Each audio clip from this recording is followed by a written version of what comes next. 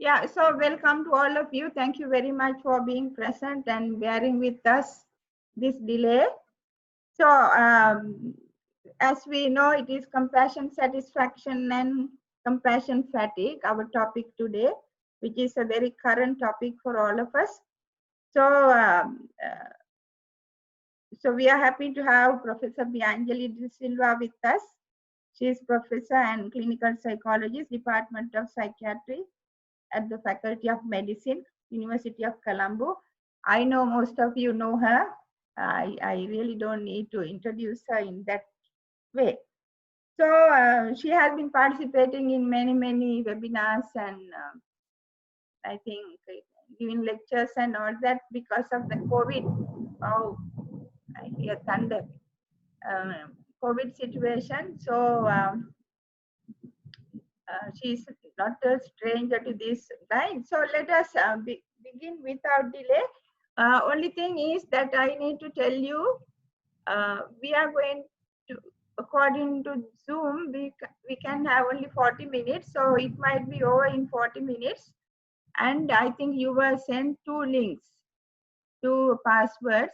So in case if we stop, then you can join with the other password if everything goes well without thunder hindering us on the way.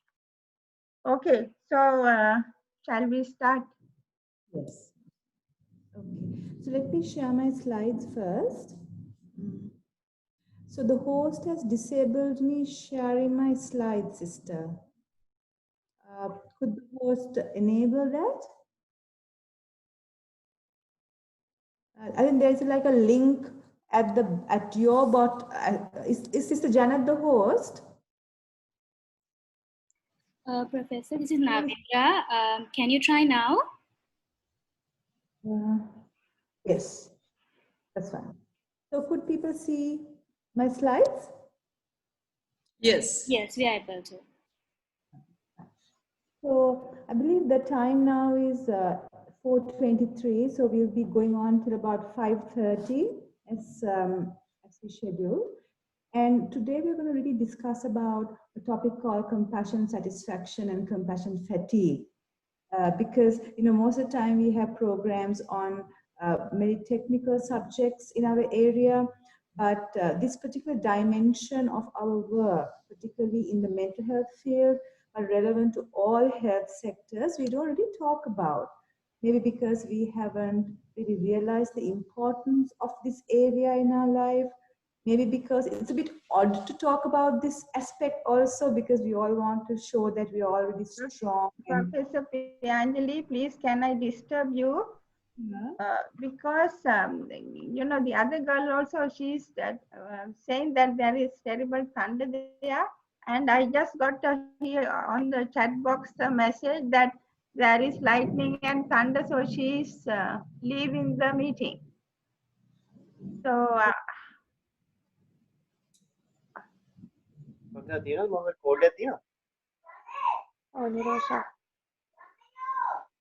is there anybody else who can, because Navinda seems to be not able to do this. So we don't have in because those 2 people, both of them cannot do this. Is there anybody else who can take this over? The current hosts have to give her the hostship to somebody else to parent. Huh? Now there are 2 hosts, Sakuni and the other girl. Yeah. So I have to give the position of host to somebody else. Then we can continue. Can they do that? And maybe give it to Anjali or Indira or anybody who is here. Because I think when they log out, this thing stops. I think that's how Zoom works. Yeah, before they have to log out, they have to do. No, sister, what you can do, whoever the host right now can click on the name of the person who wish to be the host, and there is a small option saying Sister, like I can host right now. It's okay. Ah, So okay. Yeah, I think okay. we can continue. Yes, this is Navindra. Yeah.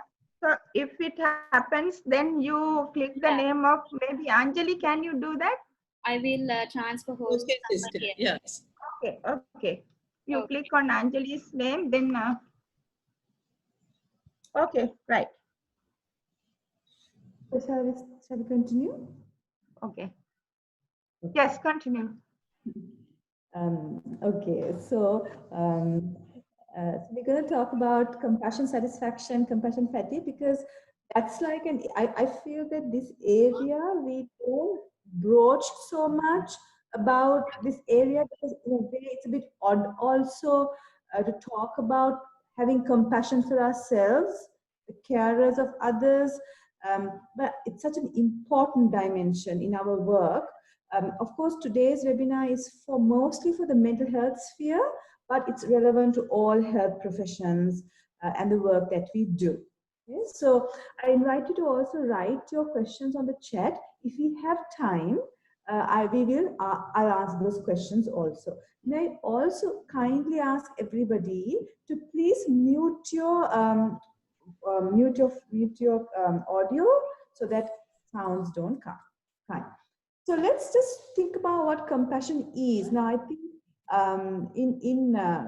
in the Buddhist literature, there's a lot written about compassion, and they use the word Maitri. In fact, compassion is written in all religions as a great foundational human quality, isn't it?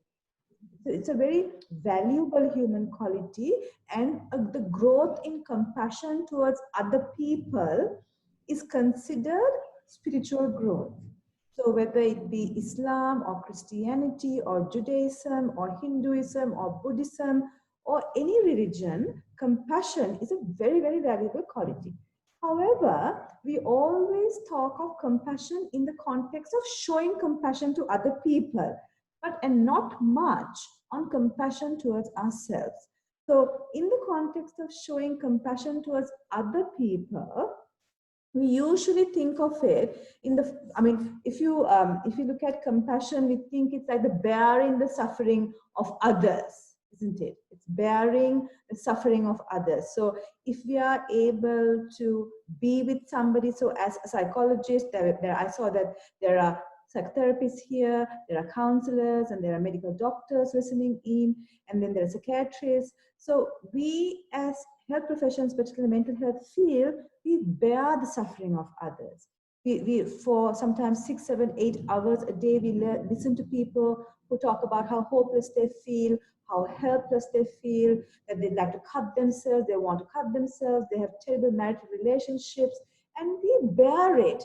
And it has an impact on us, which we may not really want to acknowledge.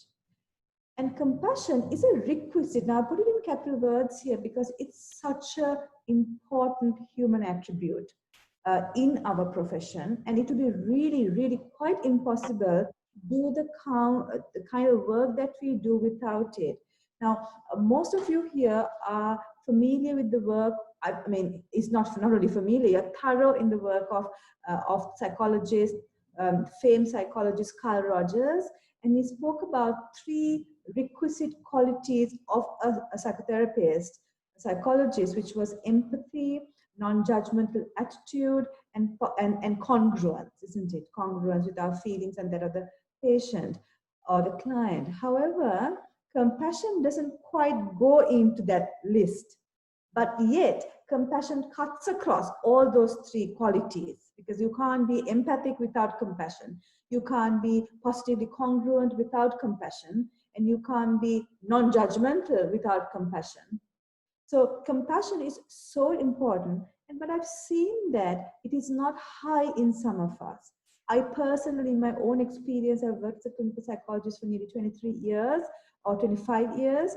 And I see sometimes in my life also, I could have been more compassionate towards my clients or the people who tell my story, that tell their stories to me. I've seen that some persons could really benefit from being more compassionate towards their clients, from the stories that we hear. So we need to really talk about these things really openly so that we could develop ourselves and we could develop our respective mental health professions. So today I'm going to talk about compassion, not in the context of how we could show compassion towards our clients, but really how we can be compassionate towards ourselves. Now, if you look at what compassion satisfaction is, so what does this really mean is that the ability to receive happiness from caregiving. So compassion satisfaction, let me tell you again, is about when I listen to somebody who is unhappy and I'm trying my level best with the kind of skills that we have and with the kind of mental attitudes that we have, in the process of helping that person to feel better, I feel happy. So it's not some kind of a perverse thing that, we are happy listening to somebody else's problems. That's not what it is. It means that because we're so involved in helping somebody and we feel so good that we may be able to effect a positive boost and a change in life course of somebody. And that's what compassion satisfaction really means. We do know that compassion satisfaction increases with age. I myself have seen that when I was in my 20s and in my 30s, as compared to now, I was had lesser compassion satisfaction. One of the reasons is that when we are younger, we might be doing our helping profession with more ego and with more conceit. We have a sense of more self-importance when we are younger, but as we get older, we realize that we are not exactly the brightest star in the sky, though we used to think we are. We're just another person in the world, and we are also impermanent. And with that realization, our self-importance and our conceit goes down, and with decline in conceit and decline in self-importance, with the increasing age, we derive genuine satisfaction from helping another person. We also see that compassion satisfaction is prevalent more in those who are more skilled. Now, this is a really important thing because we do see that in our professions, in the mental health field, there are so many people who refer to themselves. I'm a psychologist, so I can only talk as a psychologist, and what I see is that there are lots of people who call themselves psychologists now, and they practice as psychologists. But when you look at their credentials, they may not have gone through the gamut of training required to become a psychologist, which means that they don't have the gamut of skills required to become a psychologist. And when you're not as skilled, at least your baseline skills are lacking, what happens is that you really can't intervene as much as one who's skilled with a person, the client. And when that happens, when you're not as skilled, your compassion satisfaction really reduces and you may be very fatigued when working with people. So the more somebody is skilled, for example, if you know how to do cognitive behavioral therapy really well, you know how to do brief psychoanalysis, you know dialectical behavior therapy, you know mindfulness-based interventions, you know EMDR, you know narrative exposure. If you have a lot, like a toolkit of a carpenter, if you have all of this with you and you can pull out your tool depending on the client who comes your way, because you feel so confident of your skill, you also derive more compassion satisfaction. And this is also a case on continuous professional development. We all need to, until the day we die, until the day we practice, to really up our skill base so that we have a lot of more knowledge. Then I remember, in the DSM-3, I think, anxiety disorders was called neurotic disorders. And DSM, and that by I think the 70s or 80s, this neurotic disorder thing was not there, or maybe in the 90s. So certainly it's not used now. It's called anxiety disorders. So I met a colleague of mine in the 90s who still refer to anxiety disorders as neurotic disorders. So clearly the knowledge base has not been upped, though the classification systems have changed. So that leads to lack of skill, lack of knowledge, and a declining compassion satisfaction. Another factor that gives rise to compassion satisfaction is good social support and good workplace support.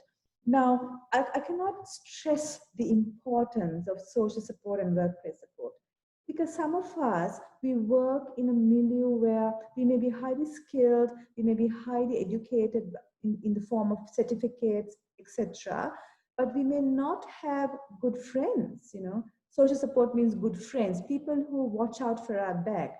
We might be in the company of people who want to drag the rug under our feet, the proverbial stagger behind your back, or you may be in a workplace where people are not very kind to you, and people who are not uplifting you, who have not really realized your potential, and you're always kept down. Now, there may be very many reasons for that. We can't always point fingers for others' lack of support to us. Maybe we also had a you know, like a say in that, but let's not go there today. But what research have shown is that you can get satisfaction from the job you do, helping profession you are in, if you're also surrounded by people who mean well for you in your social life and in your workplace. On the other hand, even if you mean the best to everybody, even if you do your best to everybody, but if your workplace support is lacking, if you do not have genuine kind friends support you, don't have to have thousands, but at least 2 or 3, then you won't be able to really receive compassion satisfaction from your job. Then a recognition for a job well done.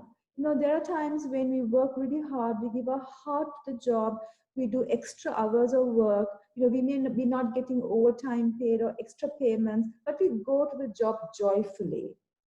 Then performance appraisal time comes, or promotion times comes, or bonus time comes, or the increment time comes, or just a word of praise time comes at a departmental meeting maybe, and you don't get that.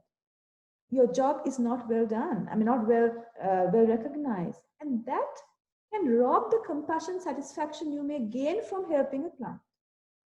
Now, all these factors I'm talking about, I'm talking as if you are not the leader of a unit. But if you are a leader of a unit, it's really important that as the leader or the manager, that you do these things for your staff as well. So recognize a job well done. Provide good workplace support for your staff so that your staff, the mental health staff or the health staff, could actually do their best in the job and increase their compassion satisfaction. Perceived fairness within the organization is another factor that reduces compassion fatigue.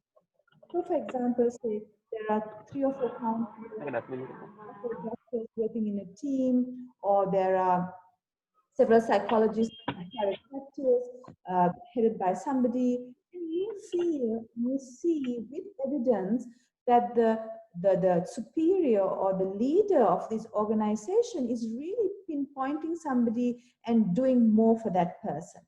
I mean, as human beings, we will always have people we are partial to. That's human nature.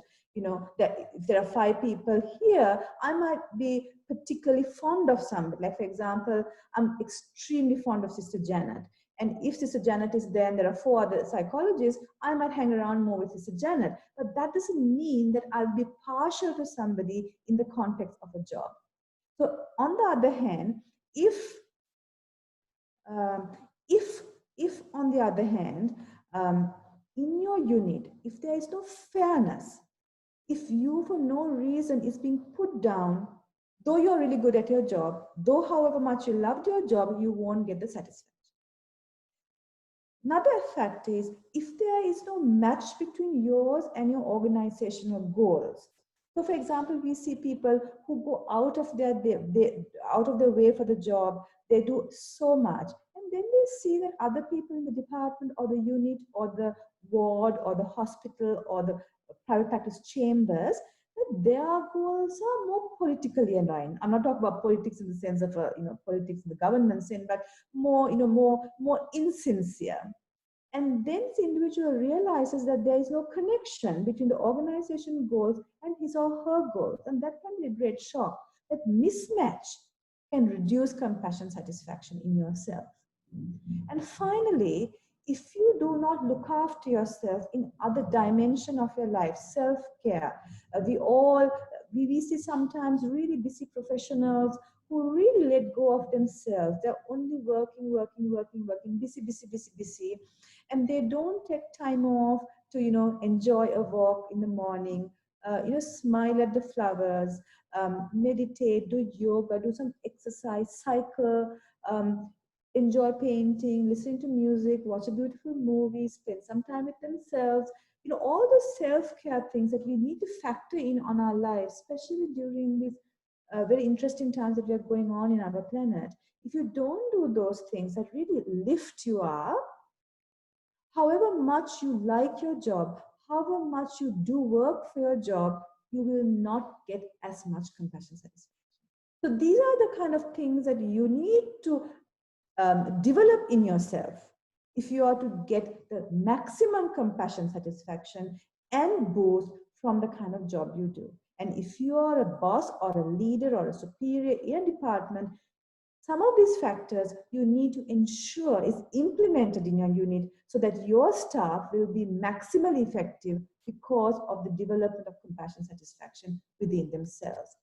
Similarly, if you go into the dimension of compassion fatigue, let's see what compassion fatigue is. It is a state of tension because of the continuous work with traumatized person. There's a preoccupation with their troubles, and there may be vicarious experiencing of their symptoms. So compassion fatigue then is like the kind of like really tired with the kind of work you do. You might like the work you do. You may be skilled at the work you do, and you may be having even some kind of support in the workplace, but you feel so drained by it, and you take the client's problem, the patient's problems with you home, and you're preoccupied with their problems, and you're vicariously, indirectly experiencing their symptoms. So now that's what you call compassion fatigue. Now I remember several years ago in the late 90s, I had the great opportunity organized by the British Council to go on a 1-month tour of the UK, various agencies that work with child sexual abuse. So we went to Wales, went to England, to Scotland, and in the so morning and evening, morning and late afternoon, the whole day was going to agencies and meeting various people who are either working with young people or children who had experienced sexual abuse in childhood, or we were also seeing pedophiles, people who've been diagnosed with being child sexual abusers. There's a lot of stuff to digest, and there were 3 of us who came from Sri Lanka, and I not only had to learn from the agency visits, I also had to translate what the people in England were saying into Sinhalese on behalf of my colleagues. It was like it was after about 3 weeks, my mind was quite tired. But I wanted to translate for my colleagues because it's such a great tour and I wanted them to learn. And so it was a beautiful unit of people. However, I remember we were in the latter part of our trip, we were in Dundee in Scotland, and there was an agency visit that we had to do with a non-governmental organization that works with pedophiles, child sexual abusers. And by the time my mind was like, really, it was spaced out. I was really spaced out with all this information. So I told my colleague, I'm going to have an early night and I'm going back to our homestead. We were staying in like a small motel kind of a thing. So I went back to my motel. I entered the motel and I just saw the scene of the man at the reception leaning against a reception desk and talking to like a 12, 13-year-old child wearing having a bag and wearing her school uniform. That was a picture. And immediately the thought came to my mind, he's a sexual abuser. And this little girl is being sexually abused by him. And I just caught that thought like that, quite mindfully. And I thought, no, how could you even come to that conclusion? For all I know, just maybe the man's daughter. She may have finished school and come early. I cannot come to that conclusion. And at that moment, I realized that this entire 3-4 weeks of touring all over the UK, listening over and over again to the most traumatic of stories and added burden of translating had an impact on me. and that I was really fatigued and I couldn't really grasp anymore. And that's just one thing from my life. There are many others where I realized that I was really fatigued. And that's what you call compassion fatigue. You know, you want to give, but it's overtaking you, and then you need to rest. Usually, compassion fatigue is seen in younger people. So, compassion satisfaction is seen in older people as we get older. Compassion fatigue is younger. So, if a person who's listening to you is younger in the sense of, you know, age-wise, you've got much more longer career to go, you may be bombarded and you may not be having the life experiences to really grasp what you're hearing. That's one of the reasons that if you look at postgraduate programs in psychology, for example, they ask for work experience and a minimal entry age because we need to have maturity, we need to have life experiences to appreciate and manage stories our clients tell us, which comes with life experiences too. Lesser skills, as in compassion satisfaction, the less skilled you are, the less repertoire of therapeutic strategies that you have learned, you will be fatigued. Because why? Say, for example, you get, say, if you have 4 or 5 clients, new client intake slotted in for a day, so you might see 2 people with depression, because that's one of the most common things we see. Then we might have somebody having a traumatic experience, then somebody who's going through a difficult relationship, then you might see somebody who have been raped, and then you might have a domestic violence. Now that's a whole gamut of conditions which requires a gamut of skills. So if you do not have gamut of skills, if you haven't gone through a training program that gives you this gamut of skills, you are lost. You want to help, you got a good kind heart, but you do not know how to do this. And that reality can fatigue you. That's why really training yourself properly is so important. And even after proper training, continuous training is so important. This is really important. History of trauma. Now, all of us, you know, there's like about 50 people here logged in, I think, or maybe more. I haven't got my specs on, so I can't see properly. It's that all of us have our own life stories, isn't it? I mean, you might see me sitting here happily talking, but I have my own story, just as, you know, Kanti is logged in here, Sister Janet is logged in here, also Arundhati logged in here. We all have our stories as human. Now, if you also have a particularly traumatic story, which some of us could have, like say a dysfunctional family, long-term dysfunction in our parents, emotional violence, you know, difficult spousal relationship, then if you have not resolved these issues, and then you come into mental health sphere and try to do work, those unresolved issues can fatigue you because you may be playing out your unresolved traumas when a client comes and tells you his or her story. I mean, frankly, if you're going to talk about frankly here, let's look at times when we have been going through a stressful situation and you get a client who's going through a similar situation. It's quite amazing how there's a synchronicity happens.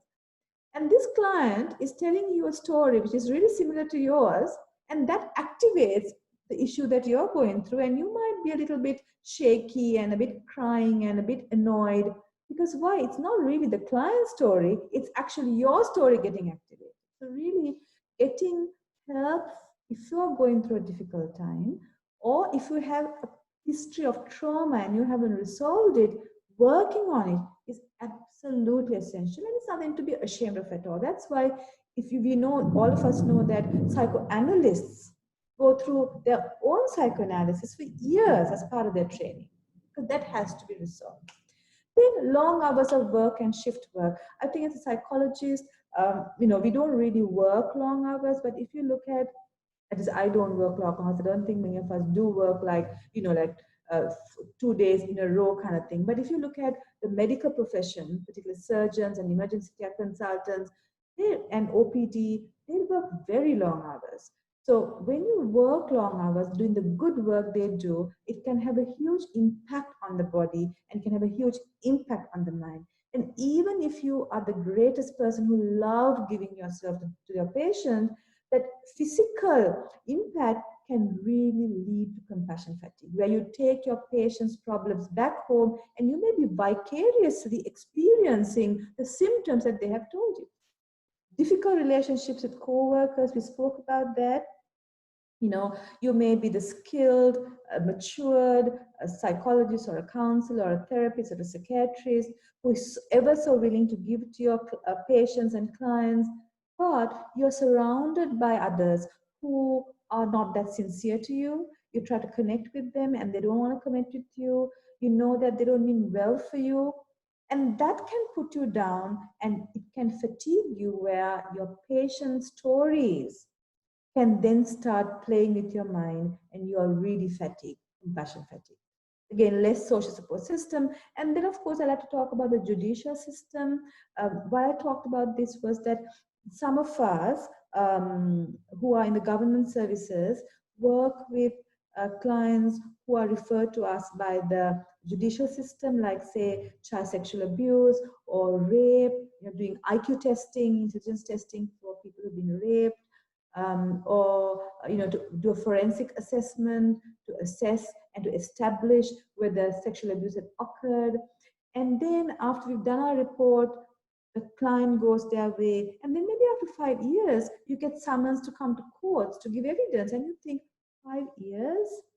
And the person who came to me, the young child with alleged experience of child sexual abuse, was 9, and now the child may be 14 years.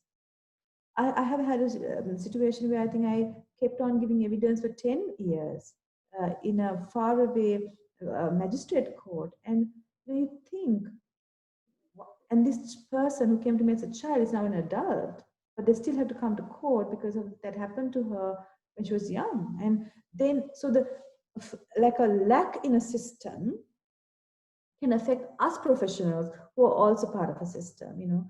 Sometimes, we walk in the wards, we walk in the hospital premises, and we see our health profession colleagues, the way they talk to patients, the way they treat patients. It's not us who is doing this, but we see others who are part of our system talking in a very arrogant way, dismissing patients. Sometimes I've seen in a particular hospital where an attendant was carrying a patient in the trolley with the bag that collects the urine hanging out from the trolley, and he was on a phone call on his mobile phone, and suddenly he was so unmindful that the trolley tripped and everything was on the floor. And then you see, well, it's not I who did it, but seeing this system where it's not that functional, and it can be so easily functional, can really like deprive us of happiness, because we feel that, why is this happening? We are part of a system that is not functional, and that can affect our levels of compassion and the satisfaction we could have got from being in this great profession that we are all in. Okay, so now what I want to do really is to talk to you about how we can really boost our mind and to protect our mind and to increase compassion satisfaction. I did, of course, mention to you that there are so many factors that lead to compassion fatigue and so many factors that boost compassion satisfaction. Now, some of these factors is within our control, but some are not. Like, for example, co-workers or the larger health system that you're working in could be in our control to some extent, but it's not fully in our control, isn't it? I mean, people do their thing, and we can only advise people, we can be a role model of change, but they may not change. So then what can we do that we are looked after is a question here. So I want to talk to you about a particular strategy I'm sure most of you are already aware of. In technical, it's called mindfulness. I like to refer to it as present moment awareness because of some technical changes in the two words, but it doesn't matter. You can call it mindfulness if you like. As a strategy to boost your mental health so that you can increase your compassion satisfaction and decrease your compassion fatigue.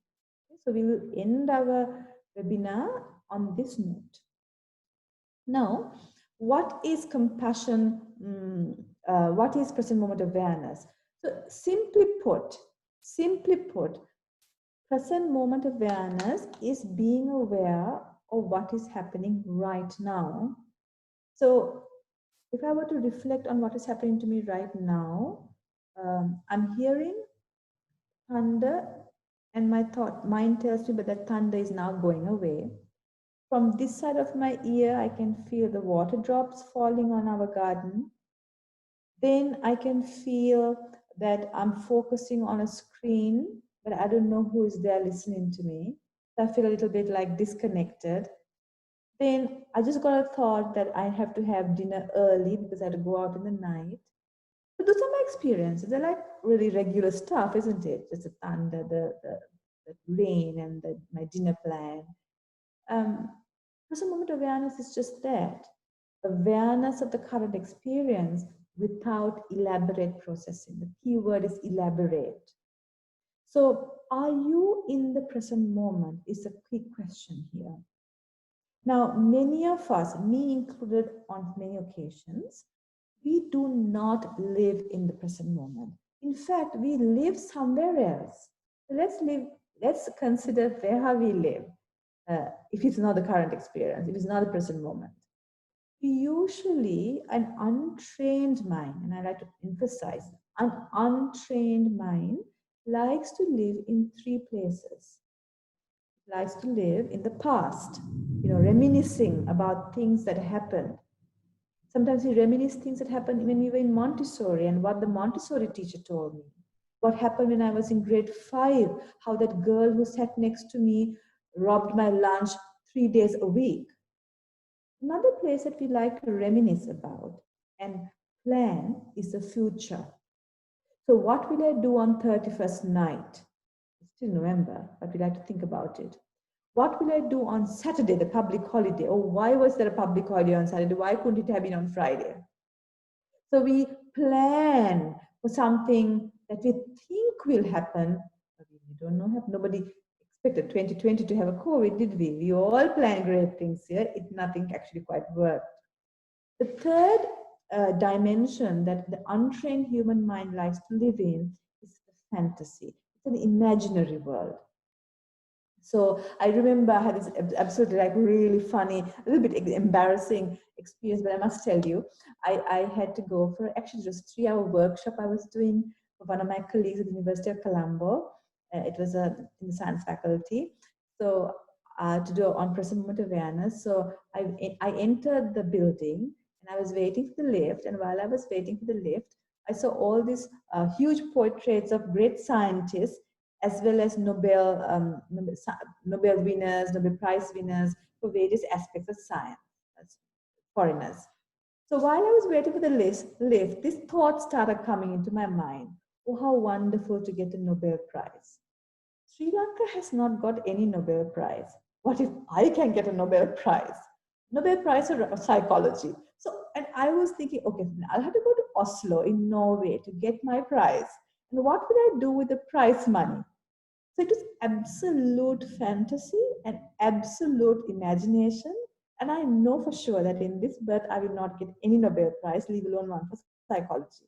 But that putting my mind there at the moment of fantasizing really upped my mood. But what's really interesting is whenever our mind goes to the past, the future, or to a fantasy, at that moment it's dwelling there, it does give us a high, isn't it? If you think about your own life experiences. However, after a few moments, don't you realize your mind is imbued with disappointment? It's imbued with restlessness. It's imbued with rejection. Because why? Our mind knows that where you have sent your mind is not the reality. How do we know what the future will hold just because you plan it? Past is finished, and mind you, our memories are so fallible that what we remember then may not be actually true. I remember I went for my school reunion at Visakha a few years ago, and I left Visakha when I was after my O levels when I was 16, and then I met all these batchmates of mine, about 150 of them, a few years ago.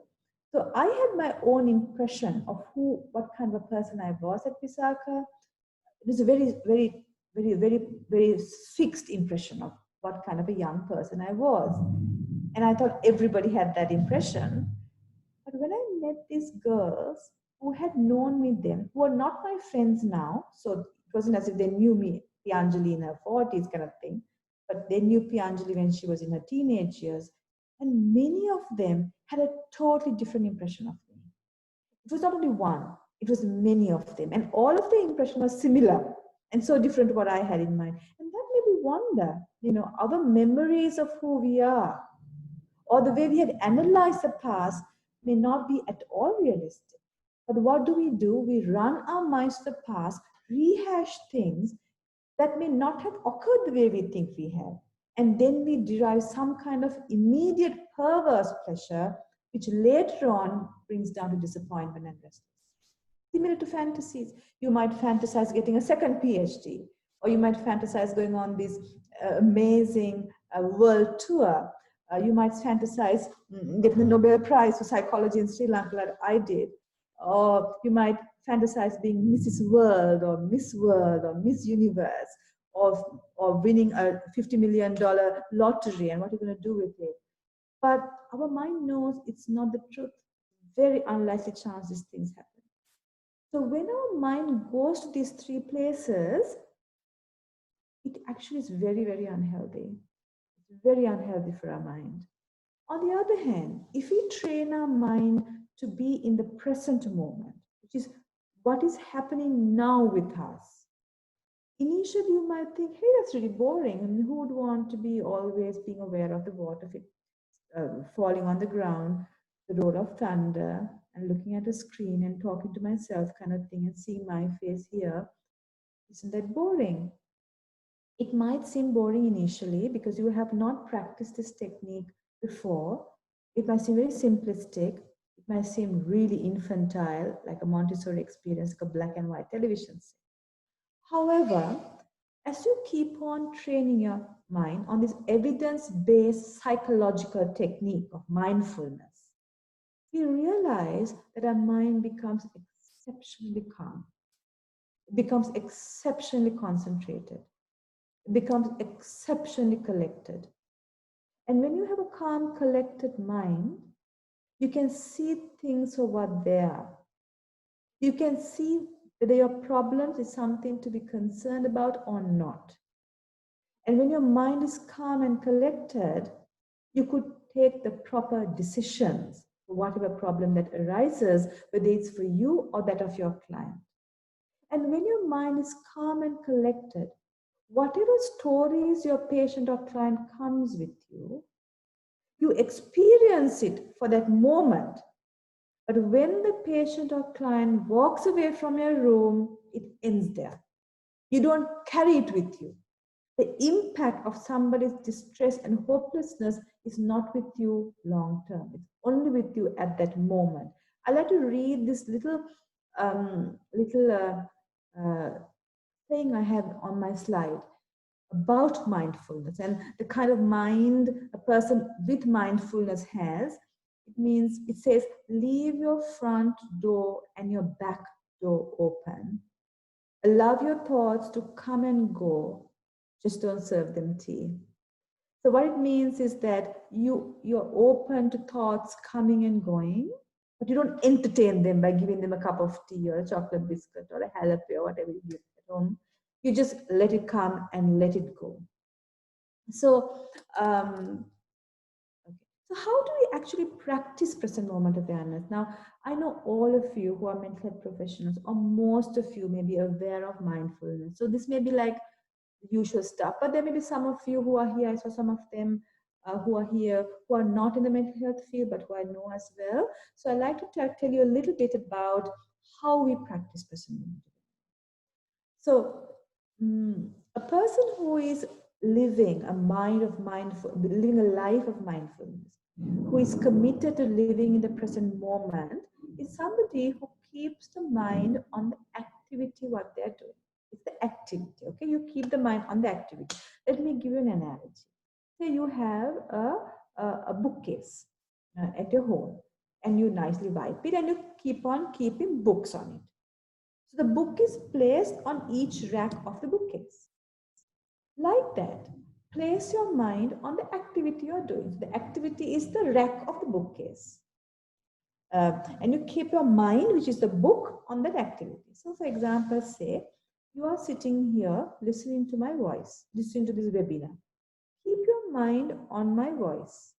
While you're keeping your mind on my voice, after a few seconds, your mind will go to what your son is doing in the next room.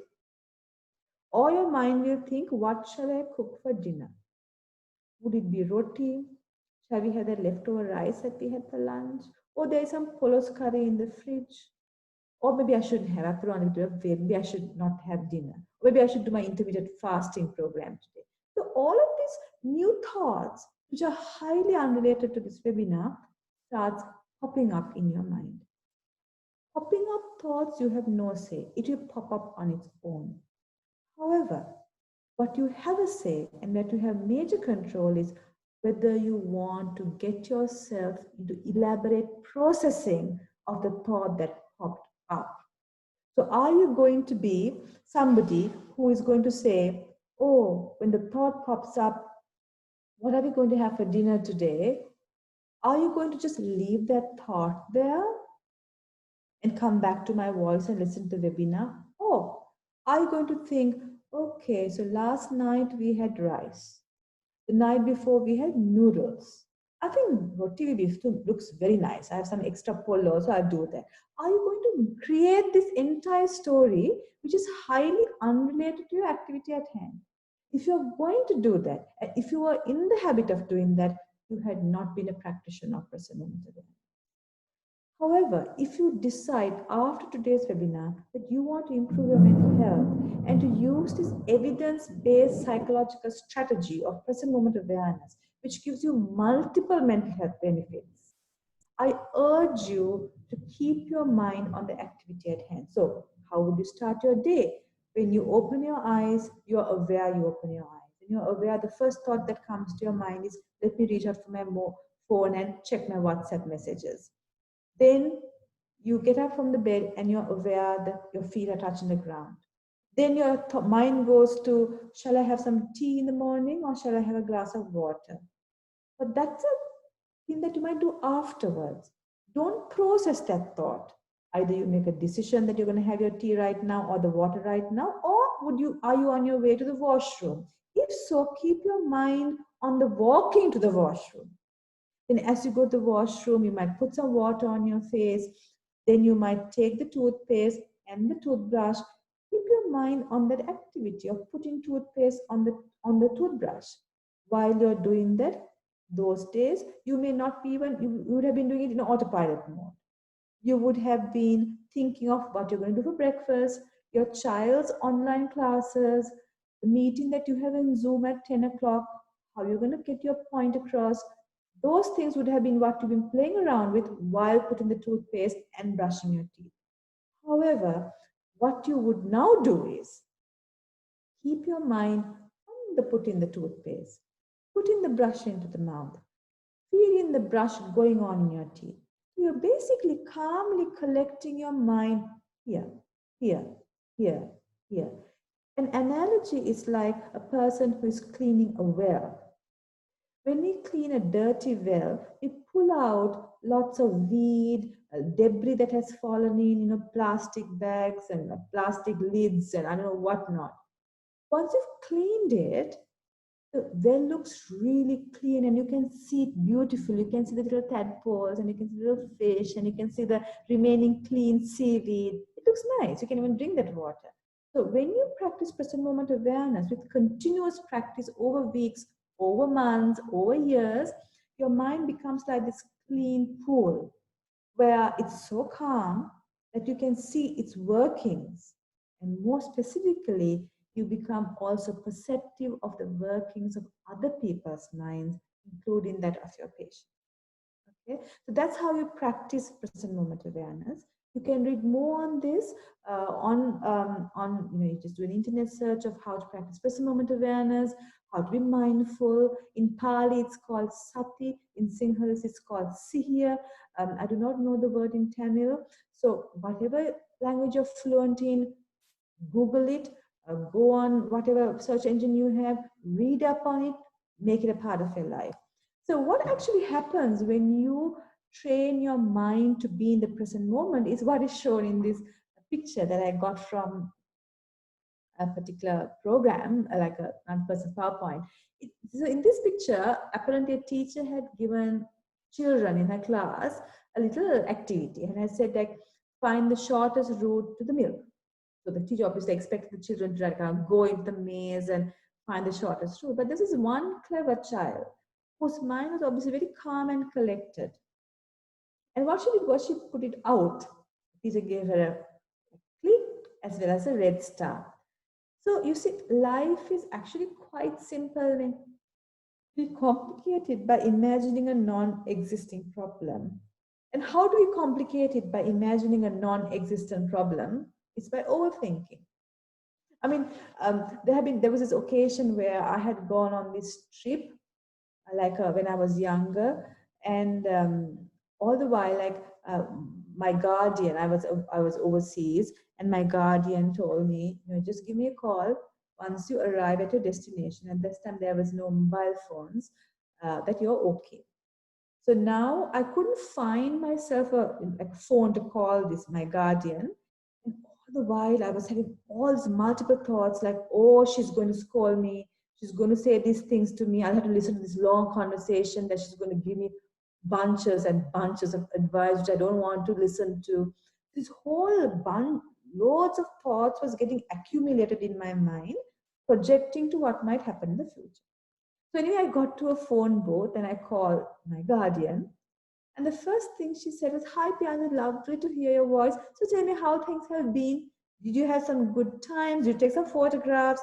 Make sure you bring it back home without throwing it away like you usually do. That was it. And then I realized that all these thoughts that we manufacture many a times in life is not the reality, but we manufacture it nevertheless. And why do we manufacture it? Because we have not lived in the present moment. Because when we do live in the present moment, because our mind is kept on the activity and we just look at the thought for when it arises and let it be, we don't generate excess amount of thoughts. And our mind becomes very, very simple and calm and collected that we become very strong mentally. So, what does present moment awareness really give us in our life? It gives us, we become less reactive to feelings and thoughts. You might see over, like if I look at my life, I've been practicing as my lifestyle, present moment awareness for 17 years. I mean, that's kind of like brushing my teeth in the morning and evening kind of thing. That's the way I've lived. And I realized that over the years, many of my really undesirable qualities with this irritability, anger management issues, conceit, unhappiness have reduced significantly. Lots more to go, but still reduced significantly. My reactivity to my feelings and thoughts and life in general has become so much more healthy. So life becomes something happy that we look forward to every day. Because why? You're happy with yourself. You're not a problem to yourself. Many people, they're a problem to themselves. They may not realize that. We may realize it, but they're still a problem to themselves, because their emotions are not managed very well. They're unhappy, they're angry, they're irritable, they're jealous. That doesn't happen with continued practice of present awareness. You also become, as you continue practicing present moment awareness, there's a reduction in uncomfortable emotions and thoughts. I remember since I was an adolescent, I used to have out of the blues, I could not identify a trigger. Out of the blues, I may be having a wash, I may be having something to eat, I may be studying, I may be walking in a supermarket. This amazing blackness of unhappiness that used to envelop my mind. It was not depression, but it was just like momentarily, it used to come and envelop my mind. It would stay for some moments and would go away, but it was very distressing. I remember with my practice of present moment awareness, with me, when I started it, it has never come to me. It has never, it just left me. So what that shows is that as you start living in the present moment, because the mind becomes very collected, calm and concentrated, these uncomfortable, distressing emotions have no place to take hold of you. Because why? When your mind is very calm and collected, even the smallest thought of unhappiness or even anger or jealousy, you see it arising like a little pop-up. You see it arising and you don't feed that imposter, that enemy, and it dies its own natural death. That's what happens. As you practice present moment awareness, you also become aware of other people's emotions. This is like not that you become psychic. I mean, you might want to practice lots of meditation and you might get those kind of beautiful states of mind. But I'm talking about where you kind of sense other people's intentions towards you. Sometimes, you're sitting with somebody, talking to somebody, and that person is bombarding you with compliments, saying how beautiful you are, how talented you are, how much they love you and take care of you and whatnot. But inside of you, you have this feeling, hey, this person is odd. This person doesn't really mean well, though the actions and words are beautiful. This facet is very important to suss other people. You become better at those sussing out other people as you practice present moment awareness. And why does that happen? Because your mind is so calm, so collected, so concentrated that you don't have so many issues boiling up within your mind that you can detect somebody else's issues. That's how it happens. And because, however, even though you may be able to assess an other people's motives towards you, and these motives towards are far from sincere, you do not become vindictive, revengeful. Instead, you become compassionate. Now, this is a really significant thing because we have seen many of our great spiritual leaders, we have heard the kind of great animosities that they have encountered and they have become selfless and so compassionate. We wonder, how does that happen? It happens because of their practices of present moment awareness. Because when you are very calm, very collected, very concentrated, and you can understand the motives of other people towards you, you also realize that, hey, I also had these feelings towards other people before. There were times when I had experienced jealousy. There were times that I was manipulative. There were times that I was angry and irritable. There were times that I had plotted. So how can I pass judgment on another person? And when you truly experience that kind of attitude to life, you become compassionate towards other people who may be not very sincere to you. And that's a beautiful state of mind to live in. It's a beautiful state of mind to take to your practice as a mental health professional or a health professional. And when you start developing your mind like this, you really genuinely start liking yourself. You develop self-compassion because you realize what valuable human qualities you have, that you progress and you develop with them over years of continual practice. And you value your own company. If I were to ask you, do you like to be by yourself? Could you stay 24 hours, 48 hours by yourself at home without maybe chatting to anybody? Can you find time to do that? Many of us don't like it. They need to be either on a YouTube channel or talking to somebody or reading a newspaper. They feel lonely. They don't want to live with themselves. A person who is self-compassionate, on the other hand, can live with themselves. Why? There are no underlying thoughts of guilt and remorse bubbling up to the surface, which bubbles up when we don't have external stimulation. So self-compassion develops. Then a person who lives in the present moment starts accepting the present situation that they are in. So they may be diagnosed with a difficult illness, they may be going through a difficult marital relationship, they may be having huge financial issues. We see that happening a lot during this pandemic situation in the world. People are losing jobs, financial issues. But a person who has practiced present moment awareness, their mind is such that they accept the present situation. and they try to do healthy ways to change it rather than using unhealthy ways, rather than robbing from somebody or manipulating somebody. They try to use healthy ways to rectify that situation rather than unhealthy ways. With all of these changes that are happening in their mind, there's a great increase in contentment and peace, which is actually compassion satisfaction, and a decline in compassion fatigue. So that's really the presentation for today. I was wondering whether we have any questions that Sister Janet wants to ask me from the chat. Yeah, there is one question, Anjali. Yeah. That is, I read it out. Okay. Yeah, I have a question about compassion fatigue with regards to the example you gave about your experience in Scotland. Although in that event you caught your possibly incorrect thought, is there a possibility for this to create self-doubt in your judgment? For example, the next time you do see a man speaking to a child, but this time you do feel like there might be abuse going on. How would your experiences as a psychologist possibly cause you to doubt your personal gut feeling? Okay. Okay. Okay, yeah, I think when we are practicing, certainly we need to um, listen to our gut feeling. But what's really important is also to look at the factual knowledge, isn't it?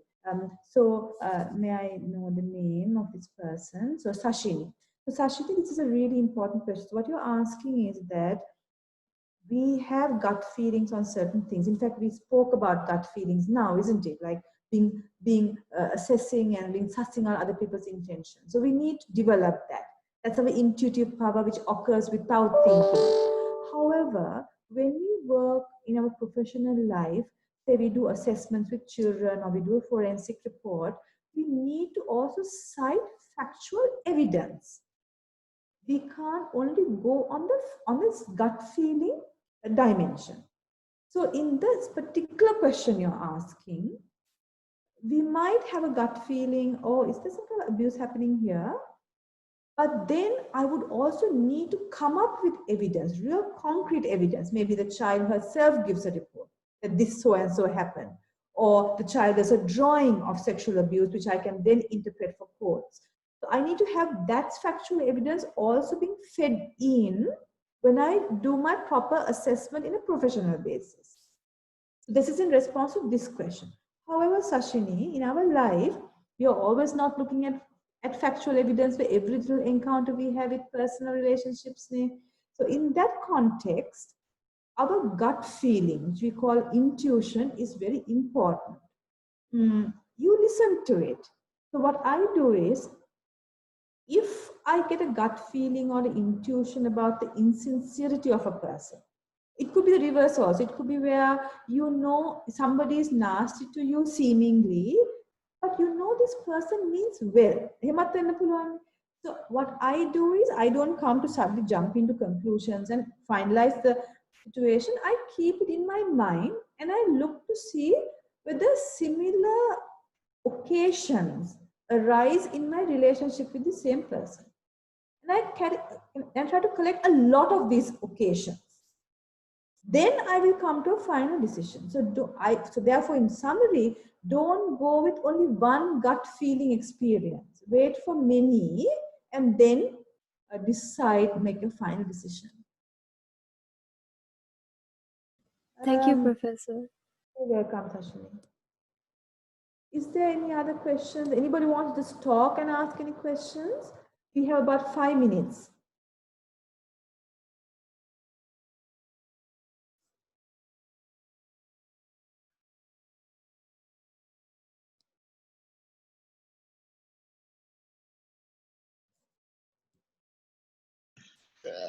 Professor Pianchali, I have experienced that so many people, like when we are working with clients, Yeah.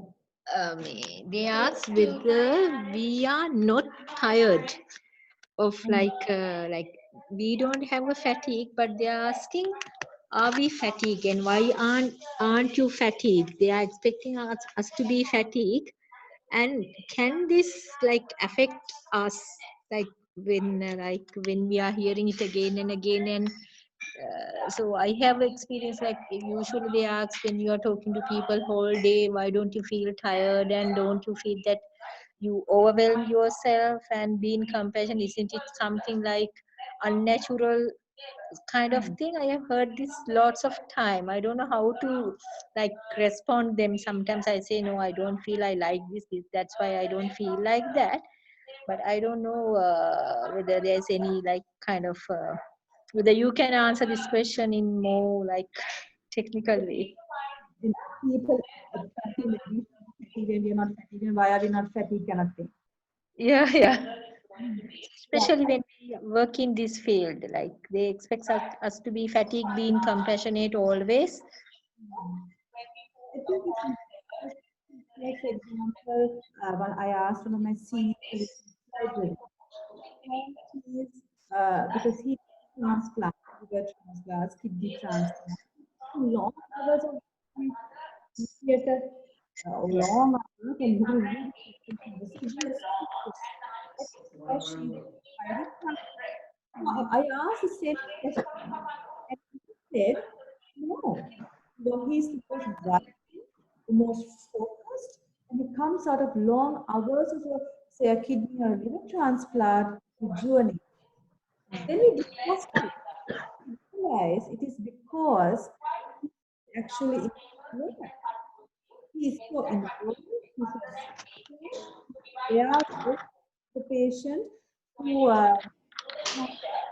want to meet your for your There's a volume. background noise coming.